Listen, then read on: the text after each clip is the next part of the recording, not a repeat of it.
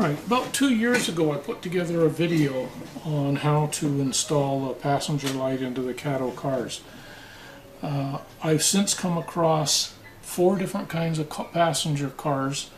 One of them doesn't support lights at all, and 3 different ones, 3 different ways of installing lights. So one I've completed. The daylight passenger set is different from all the other sets. This is the Hiawatha set, and it too is different from all the other ones, and I'll show you that. The lights I'm installing are these. Now, this is an 11-212. In North America, these are about $80 Canadian for a 6-pack. I get them through Amazon, and as you can see, you get them for about $60 or $10 a light if you go through Amazon. So get the 6-pack through Amazon. You may have to wait for up to a month for them to show up, but when they do, they're a lot less expensive. So the first thing I'm going to do here is prep these lights, and I'll show you what's in here.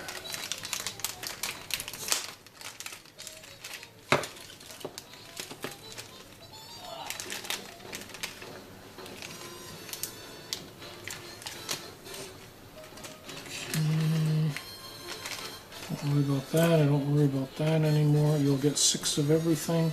So this is there's a single LED, and it shines down this pathway and distributes light throughout the passenger car. 6 of these. These are small pieces that will go on here, and what they do is they're small light diffusers, so they'll make the light less bright, more orange, something like that.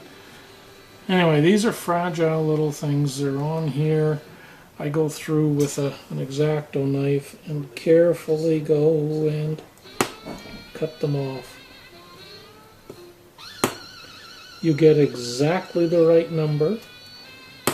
Notice I'm holding down the fragile little thing and the tree so that things don't go flying all over the place, and I have to search for them.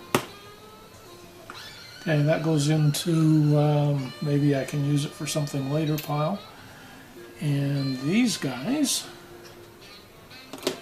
all go down here. Be careful, because they're really easy to misplace. Now, these are the lights. And then you get the 6 of them. For when we start doing installs, these are the copper strips that will pick up power. Now, all of the Kato units, except for the Glacier Express, all other passenger cars have power pickup on them. So if you look at the bottom of a car here, these are metal wheels, and there's a metal contact piece here. It runs up to a copper strip that runs all the way along here. So as long as one of these wheels is in contact with a power source on this side and one on this side, you'll have power to power your lights. That should make it pretty much guaranteed flicker free, unless you're running on a plastic track or something. So now what we want to do is we want to put these little guys in. And I battled this for some time. This is the method that I'm now using, which is to me a lot easier. I get a screwdriver like this. There's a little slot there. I move the plastic out of the way with my thumb, and I leverage it up on this side. And then I do the same thing on this side. Sometimes it's easy, sometimes it takes a little more work. And then this will just pop out. Now you can see where I had the metal on here. That's a part number. There's nothing there to get screwed up. So now I have that, and I have that, and these I'm nimble and you can tell which way they go in. And I can get them in with my finger. If not, use a pair of tweezers. Insert it where it's supposed to go. Then this unit, angle it so it's at the back, and it should just slide in.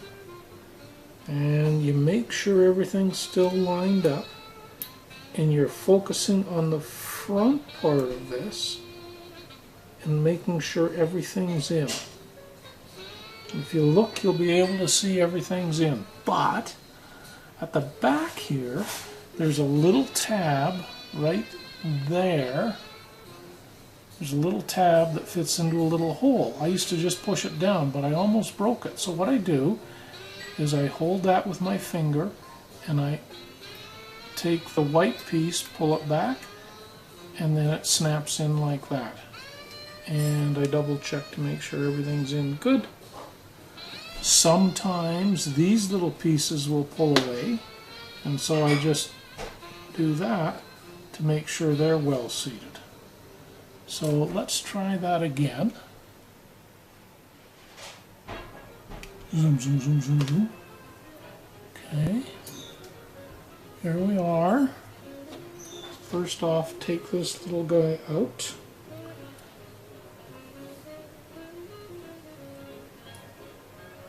Okay, you couldn't, it's not out by a long shot. Okay, got my finger hooked in there, and I just turn it a little bit to get it out. This time I do kind of the same thing. Well, I'm just going to use my thumb to pull on the white plastic and my other nail to pull it out. Set those aside, show you that again, because this is another way of doing it. Just put your thumbs on a little piece of plastic like this, pull it apart, and then you got to get a fingernail or something in there to lift this guy out. So on one side, so on the other. So there's another one that's out. Now let's put the little yellow piece in. If your fingers are such, you may, now when you, I don't know if you can see, but there's a small piece that goes down. It goes right over that there. So that needs to go in like that. Okay, you see how easy it is to flip out. I normally hold it like this. Then get this guy in here. You can use your fingers. You can use your finger to kind of put it down. Now remember, when I get these guys, I'm going to try doing it just with a pair of tweezers to demonstrate. Angle it like this and slide it so it's just about in. Now press down with your thumb, and what you end up with is these two clips here are now over where they should be. This is all lined up how it should be, but at the back we have that little piece hanging out there. It's got to go in that hole. So hold it down with your thumb, grab it, your other thumb, pull back and up, and now it's in there. As you can see, these are both bent forward and there's space in there. We don't want that. So with our thumb, we just push back a little. I can see that's too far back, so I'm going to push them forward a little. Okay, and now I've got another completed unit. We'll do that one more time with this one.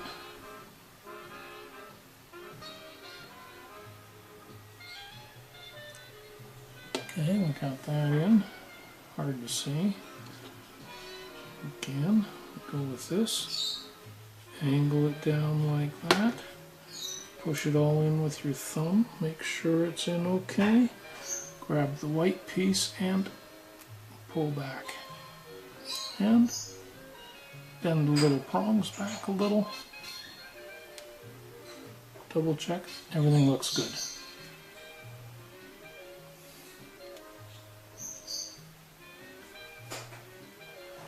Okay, we'll try it from this view. Now we have all of those done. Let's bring in a passenger car. Different passenger cars will come apart differently, but in general for Kato, I'll just give you a little bit more of a view here.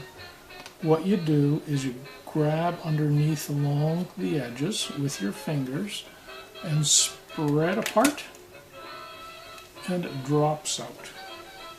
I turn both of these around. There is only one end that these guys can go into. When you look at it, it slides in there. This makes contact with that copper strip I was telling you about. So it should slide in easily. If it's not, you know, try a couple of pushes around until you do get it sliding in nice and easily. I use a wooden stick on the bottom to get that in nice and secure. Now these are going to push against there, so it has to fit in. So you need to look and see and make sure that it's going to make good contact. Occasionally I'll bend these pins back just a little bit, but these look good. So put it like that. Now I'm going to catch this one like this, and the other one I'm pulling forward with my finger. And this is interesting on a Hiawatha because there's two little clips that this goes in on. Then check here to make sure that clip is in front of the little silver guy on both sides. If the clip is against the side, you'll get flickering. So this one is good. And then all I do is I just push the little copper strip in even more to make sure it's well seated. And do the same on this side so they're both in like that. Now for this piece, in other models, other passenger cars, they go on the roof, but here they go on a peg there, there, there, and there. There's little pegs there. And the printed side goes up. So it's pretty easy to see which is the printed side. And this, I line up right with here, so it's just in front of that.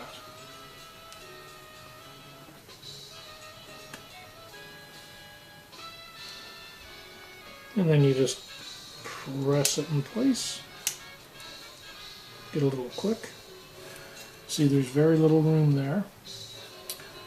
And it's hard to put them in incorrectly because in here there's a little indentation there. And another one on the other side. And those have to fit over little nubs in the side here. Now, if you want to just take the two, put them side by side and verify that they're going to line up, you can do that. The issue becomes if you try and put this on and it doesn't fit and it rides up a little bit here.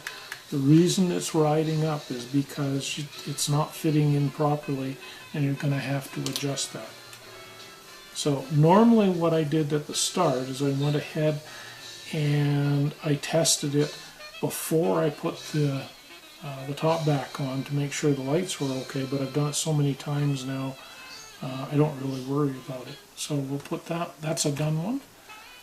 Here's another one. So pull it apart, grab the two copper tabs,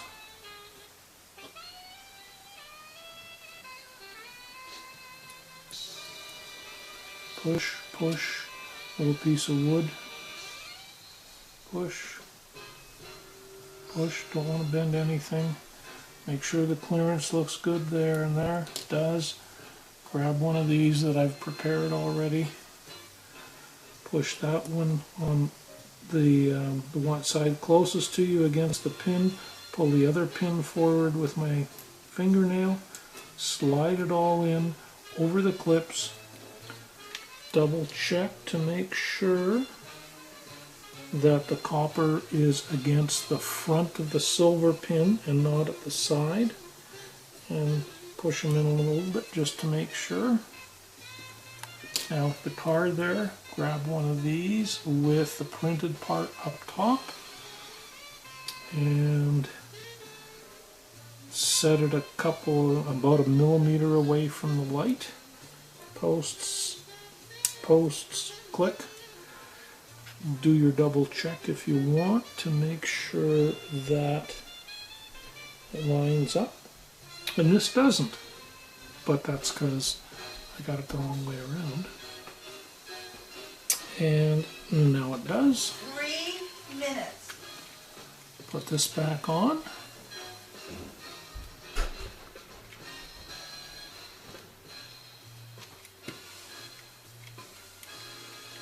For some reason it didn't want to fit. Make sure this is all okay. Make sure there's no issue with that. It all seems to be, oh, there it goes. Yeah, I don't know why, but anyway. So now that's that one done as well. And from here, okay, so this was the last car I did. This is the baggage car.